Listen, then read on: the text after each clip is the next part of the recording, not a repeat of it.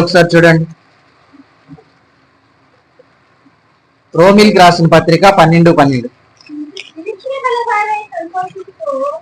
నిరీక్షణ కలవారై సంతోషించుచు సమయమందు ఓర్పు గలవారై ప్రార్థన యందు పట్టుదల కలిగియుండుడి. మళ్ళీ చదువమ్మా,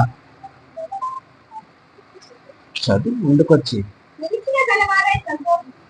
నిరీక్షణ గలవారై సంతోషించుచు శ్రమయందు ఓర్పు గలవారై ప్రార్థన యందు పట్టుదల కలిగియుండుడి. చూడండి, మనం ప్రార్థన చేసేటప్పుడు ఏం కలిగి ఉండాలంట?